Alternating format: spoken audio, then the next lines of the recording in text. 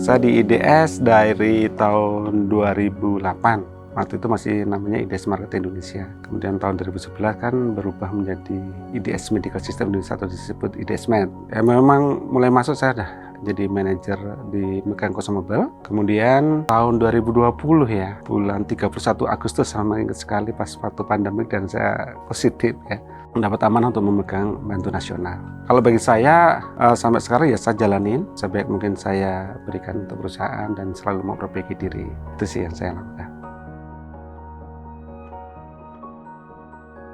15 tahun. Ya, jadi ini saya 15 tahun sekarang, tahun depan berarti dapat penghargaan. Ke-15. Jadi nilai-nilai value di Ismet ya, kekeluargaannya, kemudian care-nya, ini yang saya nggak dapatkan waktu saya di perusahaan sebelumnya ya, di farmasi itu nggak ada seperti itu ya. Ini begitu kita dekat dengan direktur, kita dekat dengan presiden direktur kita juga ya, Pak Rufi, kemudian Pak Ramli gitu ya, dan itu bagi saya hal yang sangat luar biasa. Kok dekat ya, kok bisa ya gitu, dan kita merasa setiap karyawan itu istimewa di mata beliau gitu. Itu nggak kita dapatkan di tempat yang lain. Kalau saya melihat ya, nilai-nilai kita kan lipskar ya, tapi kalau namanya loyalitas, integritas itu hampir semua perusahaan ada ya. Care ini bagi saya itu yang membedakan kita dengan perusahaan lain. Dan itu berhubungan dengan brand promise kita juga kan. We care with the heart because your life matters itu kan juga kita care nggak cuma dengan customer kita nggak care dengan rumah sakit, kita juga care dengan bawahan kita, dengan sahabat kita, dengan tim sekerja kita. Nah saya rasa care ini kan nggak cuma sebagai ucapan janji-janji gitu ya. Sebagai promise kan janji perusahaan kan ya, tapi itu dipraktekkan dalam kehidupan nyata dan itu saya praktekkan. Misal kalau tim kita sakit atau keluarganya sakit, gimana kan kita akan minta dia untuk kerja lebih fokus ya. Ya kita datang ke rumahnya, kita temui ibunya yang sakit atau ketemu istrinya yang sakit, itu hal yang luar biasa kan. Ini saya dapatin dari HRD pada waktu itu ya. Jadi pada waktu itu materinya HRD itu bagus banget. Feedback atau masalah itu selesaikan secara bahasa positif dan personal. Jadi kalau kita memberikan masalah anak buah kita dan kita dibuka forum itu pasti ada yang nggak merasa nyaman. Terutama anak buah kita ada yang problem ya. Jadi kalau problem itu tentunya kalau saya langsung di bawah saya, nanti saya ajak untuk ngobrol terpisah. Saya mulai dengan positif dulu, kelebihan dia, apa yang jadi kelebihan. Karena kalau kita fokus dengan kelebihan, kita bisa memberikan lebih banyak lagi daripada kita fokus kekurangan anak buah kita. Masalahnya itu saya yakin bahwa semua masalah itu masih dalam batas kemampuan semua orang gitu. Anak buah kita ada masalah berarti sebenarnya dia mampu untuk menyelesaikan. Bagaimana caranya anak buah kita tuh mengambil solusi itu? Biasanya nyari kelebihannya kemudian masuk ke materi itu.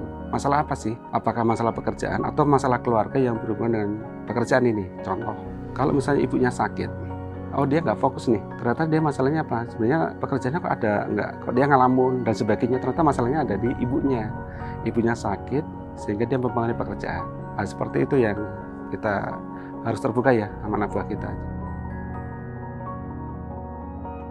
Yang saya kerja bareng-bareng sama HRD ya, itu saya rasakan ya waktu kita ada bencana Cianjur, dan saya waktu itu di grup WA-nya yang ada para direksi ACM itu, saya menanyakan kenapa kita di IDES nggak ngumpulin ya CSR ya. Akhirnya kan karena yang ide gitu langsung ditunjuk, ya ada koordinatornya Ghazali. Bagi saya ini amanah dan ini nggak boleh saya selewengkan uang ini. Karena terkumpulnya banyak sekali, makanya rekening itu ada yang megang, ATM-nya nggak saya pegang, bisa dilihat semuanya strukturnya. Kemudian saya lakukan, yuk kita lakukan CSA bertahap. Jadi waktu itu yang saya lakukan care kita dari IDS Med peduli, kita pakai spanduk itu, kita 3 titik yang pertama ya, kita sumbangkan itu pertama sembako. Ternyata mereka juga rumahnya hancur dan sebagainya, tapi mereka masih bersih-bersih itu, masih bersih-bersih. Makanya yang kedua itu kira-kira sebulan atau 2 bulan kita CSR kedua yang korban Cianjur itu adalah peralatan pertukangan karena mereka membutuhkan itu. Jadi kita beli semua peralatan pertukangan semuanya. Kemudian setelah peralatan pertukangan kita datang lagi bulan berikutnya yaitu tentang kesehatan. Kebetulan saya ngajak beberapa teknik untuk kan banyak yang cedera di sana. Jadi kita latih mereka untuk mengatasi cedera walaupun itu cuma baru tangan gitu. Nah itu yang dengan perusahaan ya, dan mereka sangat berterima kasih dengan apa yang kita salurkan sebenarnya. Kan kita nyumbang nggak seberapa juga ya, tapi kan kita mengumpulkan sumbangan dari pimpinan, dari teman-teman sekantor untuk membantu mereka yang mengalami duka ya, karena ada bencana seperti itu. Itu yang paling menyentuh ya, bahwa kehidupan itu kadang-kadang bisa sirna seketika. Apa yang kita miliki itu bisa seketika juga hilang gitu.